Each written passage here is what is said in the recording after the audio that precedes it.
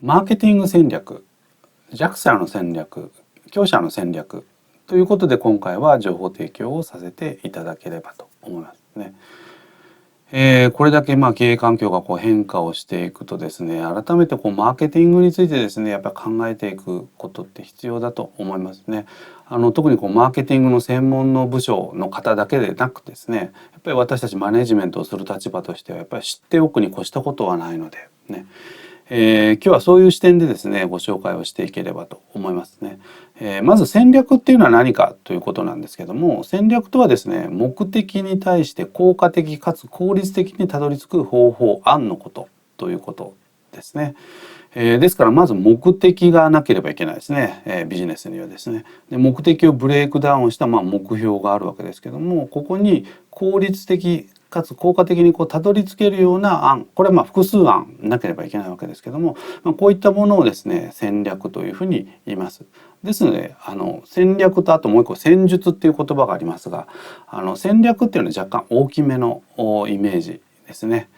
はい。でこの戦略の考え方なんですけれどもね、これはですねおすすめはやっぱり古典に学ぶことをですね私はお勧めをしたいということですね。もちろん今時代最先端のマーケティング戦略等々も当然あるわけですけども、大体そういったものの原点というのは古典にありますので、是非古典を読んでそこからご自身なりに考えていくとですね、皆様なりの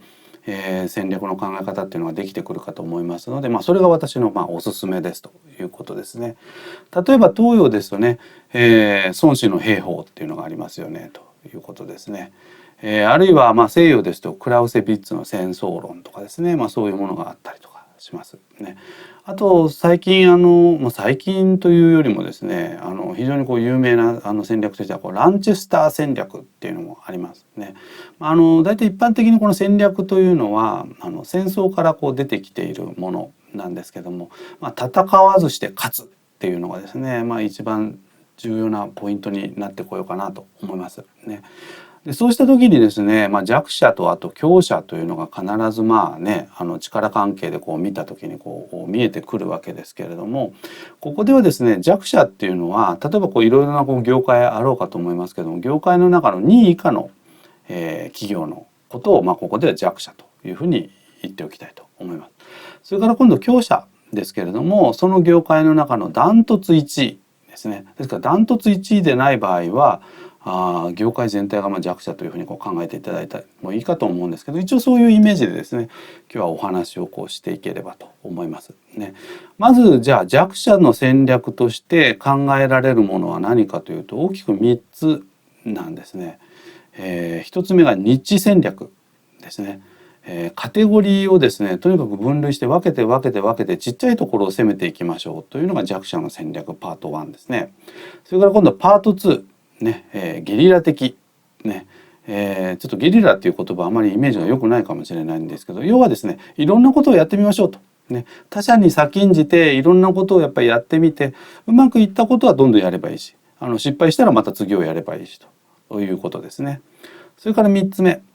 局所集中的ね。ですから例えば強者が行かないようなところマーケットにですね積極的に訪問営業をしてみるとかっていうのもあるかもしれませんけども、粘り強くあるターゲットを絞ったらそこを集中的に攻めていくというのがこの局所集中的ということですね。これが弱者の戦略ですね。一方じゃあ強者の戦略ってどういうことがあるのかということなんですけども、これはですね皆さんがよく知っている戦略かなと思いますね。もうさらっと言っちゃいますけどね、もう基本的に業界ダントツ1位なのでシェアを持っていますね。ですから基本的には弱者がやっていることと、反対のことをやればいいわけで、ね、例えばマス戦略ということで、テレビ CM ですね、もう堂々とやればいい、ね、あるいはブランド戦略、ね、ブランドをとにかくアピールをしていけばいい。ね、あるいは広くあまねくということでもうとにかくマーケットシェアを持っているわけですから、どんどんね大々的にやっていけばいいわけですね。である程度余裕が出てきて、例えば弱者の戦略でうまくいったものがあれば弱者の成功戦略を真似ると、いったようなことが強者の戦略になってくるかなと思いますね。今日この音声を聞いていただいている方の場合はですね、ほぼほぼ弱者の戦略の方が重要かなと思いますので、改めてこちらの方をですね、復唱した上でこの音声終了したいと思いますけれども、ニッチゲリラ局所集中的、ね、ニッチはカテゴリーを分けて、ゲリラはいろんなことをやってみる、局所集中的は粘り強くやると。このようなところをですね、ぜひ意識をして新しいビジネスを展開をしてみてはいかがでしょうか。以上、マーケティング戦略、弱者の戦略、強者の戦略ということで情報提供させていただきました。